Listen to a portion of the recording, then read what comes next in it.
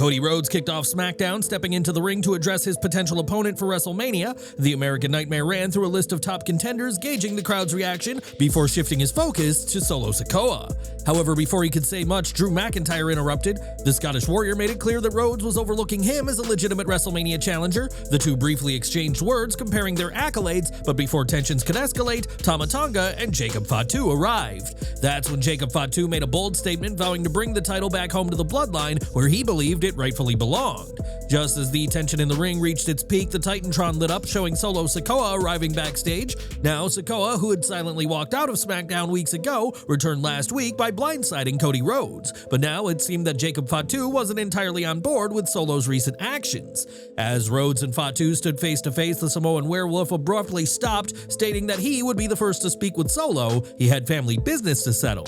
For more than half an hour, Fatu searched for his new Bloodline leader, eventually finding Solo Sikoa, who looked noticeably different. Dressed in all white instead of his usual black, Solo appeared shaken, a shadow of the dominant force fans once knew. In a rare moment of vulnerability, he admitted to Fatu that he wasn't doing well after his loss to Roman Reigns, confessing that he had let everyone down. It was the first time fans had seen any sign of weakness from Solo, hinting at a major shift in his character, but while Solo told Fatu that he loved him, the response was unexpected. Rather than his usual reassurances, Fatu simply walked away, leaving Solo to stand alone. With emotions still running high, the night's main event took center stage. Jacob Fatu, Braun Strowman, and Damian Priest battled for the second-to-last spot in the Elimination Chamber match. As expected, chaos erupted in the closing moments. Just when Fatu seemed poised to win, Solo Sikoa stormed the ring, but Cody Rhodes was right behind him, hijacking his interference. Amid the chaos, Solo Sikoa attempted to deliver a Samoan spike to Cody Rhodes, but instead it accidentally connected with Tama Tonga. This costly mistake shifted Jacob Fatu's focus away from the match as he turned his anger towards Sikoa, clearly frustrated by his actions.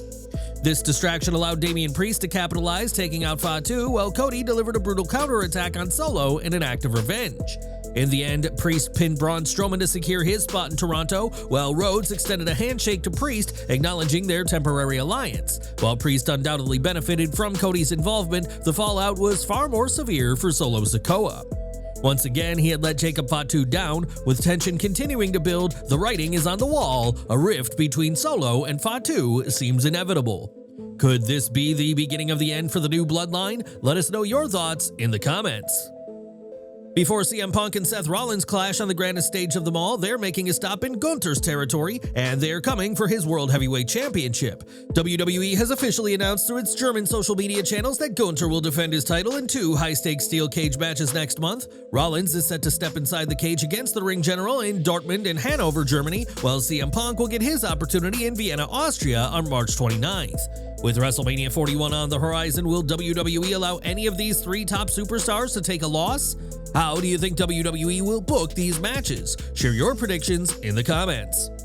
Tiffany Stratton put her women's title on the line in the next matchup against the woman she originally took it from, Nia Jax. As always, Candice LeRae was in Jax's corner, providing backup. From the start, Jax controlled the match for an extended period, a booking decision clearly meant to position Tiffany as the underdog, and for the most part, it succeeded. While the match featured some great spots, there were also moments when the two competitors seemed out of sync. A few noticeable missteps hurt the overall flow, which was unfortunate because much of what they executed looked fantastic. After the commercial break, Stratton turned up the intensity, delivering a picture-perfect moonsault followed by a swanton bomb, only for Jax to kick out at 2. Just when it looked like Tiffany was gaining momentum, LeRae interfered, causing a disqualification.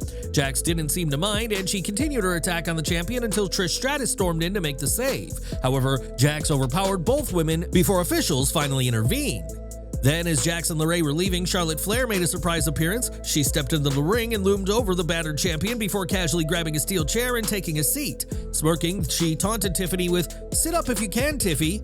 Then, she made a major declaration stating, "The Queen chooses you. I'll see you at WrestleMania." Later backstage, Tiffany Stratton and Trish Stratus were seen chatting. After a quick exchange, Trish suggested they bring a little Tiffy and Trish time to Toronto at Elimination Chamber. Shortly after it was made official, Tiffany Stratton and Trish Stratus would team up to take on Nia Jax and Candice LeRae at Elimination Chamber. With this unexpected tag team clash now set, Tiffy time just got a whole lot more interesting on the road to WrestleMania 41.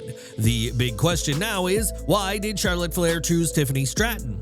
Tiffany has been receiving an increasingly positive reaction from the live audience every time she steps into the spotlight. However, despite her rising popularity, she still needs a significant push to establish herself as a top-tier star on the main roster.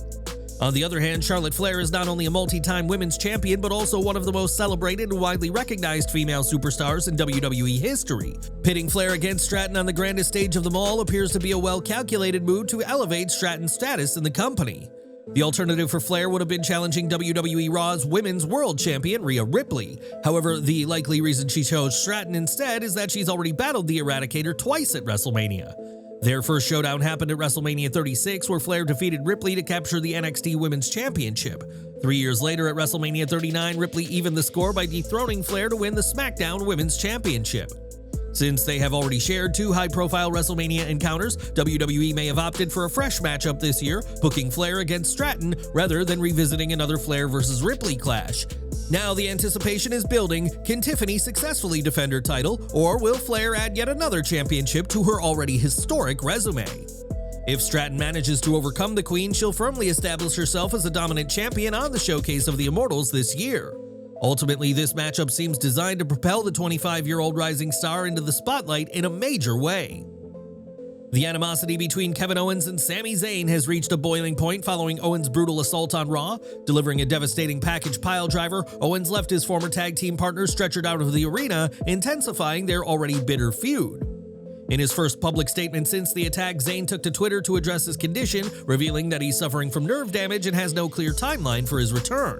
Despite the uncertainty, he made one thing crystal clear: when he does come back, Owens will pay for what he did. Owens, however, seems unfazed. Speaking on SmackDown, he dismissed Zayn's pain and made it known that his former friend doesn't truly understand what suffering feels like.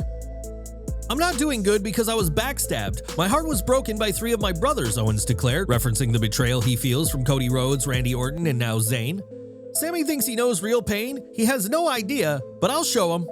With that, Owens issued a direct challenge. He wants Zayn to meet him in Toronto at Elimination Chamber.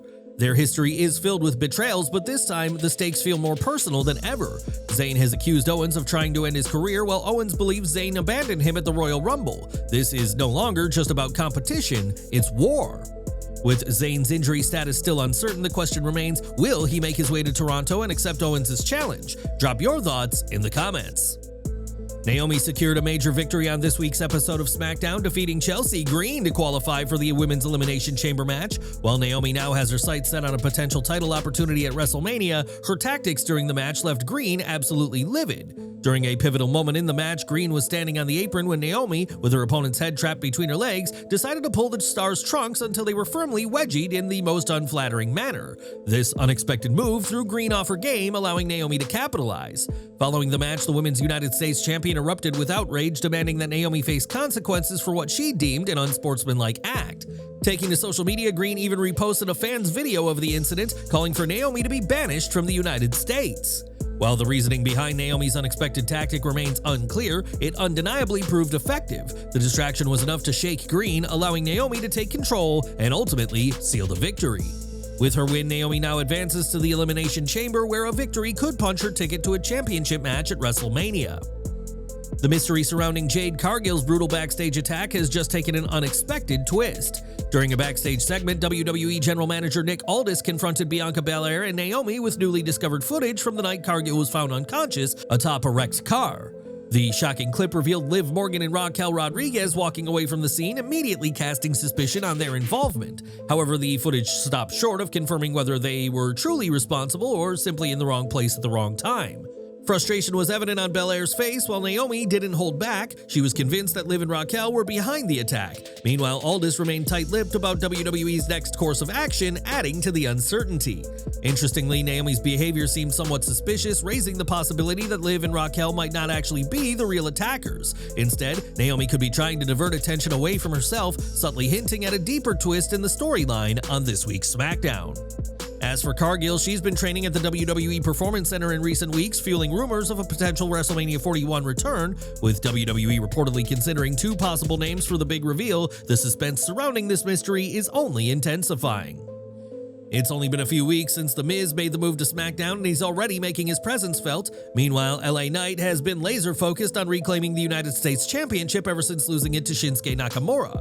He came close to regaining the gold on the January 10th episode of SmackDown, but interference from the new Bloodline led to a disqualification, robbing him of the victory. Tonight, Nakamura took center stage, declaring that there were no worthy challengers for his US title. His statement didn't go unchallenged as LA Knight interrupted, reminding everyone that he had been on a relentless quest to regain the championship. Before their exchange could escalate, The Miz made his way out, seemingly ready to stake his claim. However, before the A-lister could get his words out, Knight cut him off, sarcastically suggesting that he should follow John Cena's lead and go on a farewell tour. Unfazed, Miz fired back, asserting that he already reached the pinnacle of WWE and that Knight didn't measure up to him. He then made it clear that he deserved a shot at the US title. Before tensions could explode, SmackDown General Manager Nick Aldis stepped in and made it official: Miz vs. LA Knight, winner moves one step closer to title contention. Following a commercial break, that match was already underway, with Nakamura looking on as both men battled for dominance. The contests remained evenly matched, but it never quite hit the highest gear until the latter half. The energy shifted when Knight finally connected with the BFT, followed by his signature elbow drop to secure the pinfall victory. As the dust settled, he locked eyes with Nakamura in an intense stare-down, signaling that their rivalry for the United States Championship is far from over. Uncle Howdy and the Wyatt Six have yet to make their long-awaited arrival on WWE Smackdown. However, this week's episode of the Blue Brand featured more cryptic teases surrounding their impending debut on Friday nights, along with a possible connection to Alexa Bliss. This latest clue has fueled speculation that Howdy may soon step aside as the leader of the Eerie faction, paving the way for Bliss to take charge. During the match between LA Knight and The Miz, eerie screen glitches appeared, displaying fragmented words, Rev, followed by XXII and X. These cryptic clues seem to reference Revelation 22:10, which states, "Do not seal up the words of the prophecy of this scroll because the time is near." Could this be yet another sign that Uncle Howdy is on his way back? Meanwhile, the Goddess recently secured her spot in the Women's Elimination Chamber match, giving her a chance to earn a shot at the Women's World Championship at WrestleMania 41. During this week's show, Bliss was involved in a backstage segment with Nia Jax, where she appeared to issue a warning to the Irresistible Force. The 33-year-old star confidently stated that if Jax were to reclaim the title before WrestleMania and Bliss went on to win the Elimination Chamber match, she would be the one to dethrone her on the grandest stage of them all. However, during their exchange, the screen suddenly glitched, revealing an eerie message: "Do you feel in charge?" This cryptic phrase directly references a significant segment from nearly 2 years ago when Alexa Bliss had a chilling confrontation with Uncle Howdy. Adding to the intrigue, glitched screenshots from that past encounter flashed across the screen, subtly confirming that Bliss and Howdy are destined for an interaction on SmackDown in the near future. The message has further fueled speculation that the masked figure might relinquish his role as the faction's leader, with Bliss stepping in to take over. Both Bliss and Howdy share a deep connection to the late great Bray Wyatt, making this potential shift all the more meaningful. Even before Uncle Howdy's emergence, Bliss had a long history alongside Bray Wyatt, positioning her as a natural fit for a prominent role in this storyline. If she does assume leadership upon her return, it would align perfectly with the narrative. It's entirely possible that Howdy has been serving as a temporary leader, merely holding the spot for Bliss until she was ready to reclaim her place at the head of the Wyatt Six. An eventual confrontation between Bliss and the Sinister faction promises to be an intriguing development. Adding to the mystery, since her return, Bliss has been seen carrying the Lily doll, another subtle hint at her lingering dark persona. This is not the first time WWE has dropped clues on SmackDown hinting at a connection between Bliss and the Wyatt Six.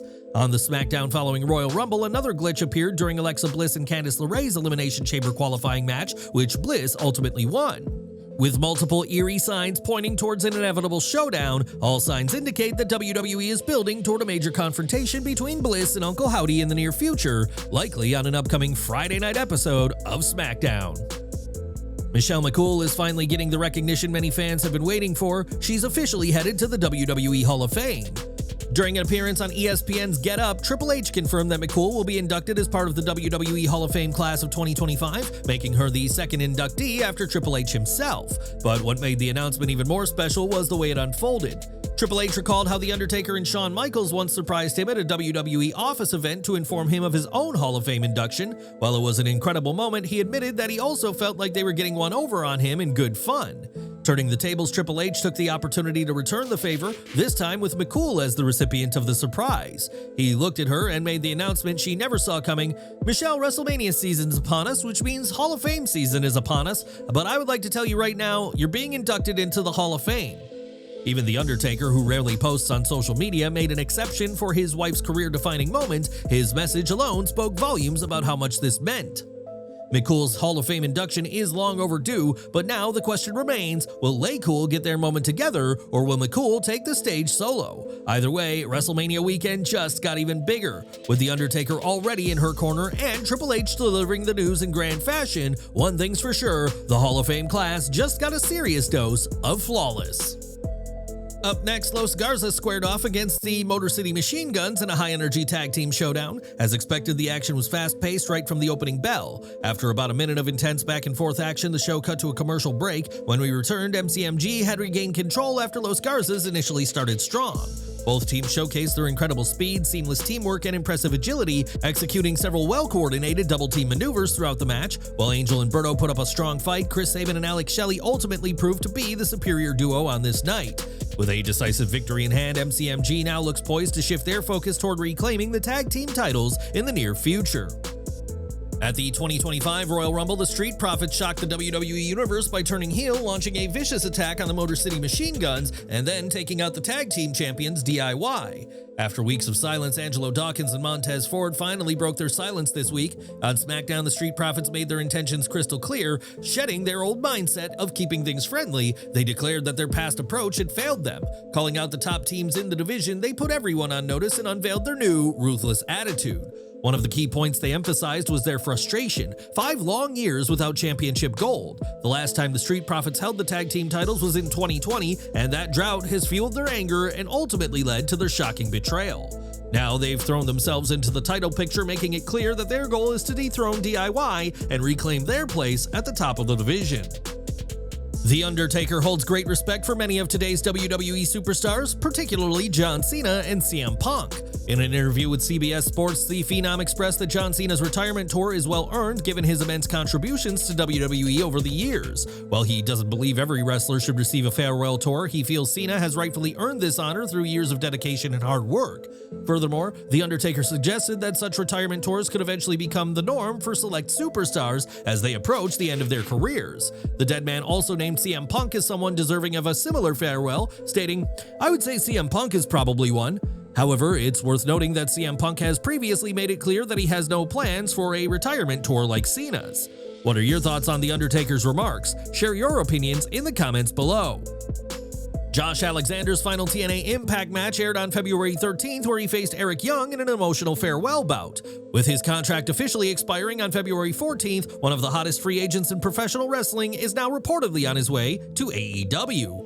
Alexander has been represented by renowned wrestling super agent Barry Bloom, who also works with Kenny Omega and Jim Ross in negotiating his next move. According to Fightful Select's Sean Ross Sapp, multiple sources, including those within AEW, expect Alexander to sign with the company if he hasn't already. Meanwhile, WWE sources have confirmed that he has not signed with them. Although Alexander has remained tight-lipped about his future, he previously admitted that he left negotiations entirely in the hands of his agents, saying, "They don't tell me much. They treat this very much like professional sports. There is no tampering, there is none of this stuff going on. They don't want to tell me figures and numbers. It's been driving me crazy." With AEW now looking like his next destination, the big question is how Tony Khan will introduce him to the roster and whether he'll immediately be positioned in the main event scene. Do you think Josh Alexander is making the right call by choosing AEW, or would WWE have been the better fit? Share your thoughts in the comments. Tonight, R-Truth appeared in a backstage segment with Carmelo Hayes, who was attempting to justify his attack on Akira Tozawa. However, Truth's signature humor did not sit well with the former NXT champion, leading to some tension between them. Frustrated, Hayes later approached Nick Aldis to request a match tonight. During the match, Truth paid tribute to John Cena by incorporating some of his signature moves. However, Hayes quickly regained control, landing a well-timed super kick, and moments later, he sealed the victory with a leg drop from the top rope, securing a swift win. While the bout served its purpose, it did not offer much substance. Given that Truth is still highly capable in the ring, allowing them more time to showcase their skills would have made for a more compelling contest. McIntyre versus Jimmy Uso was made official after a backstage interaction between the two on this week's episode that ended with Uso laying out McIntyre with a super kick. As announced during this week's show, Elton Prince and Kit Wilson will challenge DIY's Tommaso Ciampa and Johnny Gargano for the WWE Tag Team Championships on next Friday's SmackDown. And that wraps up this week's SmackDown. What did you think? Drop your thoughts in the comments below.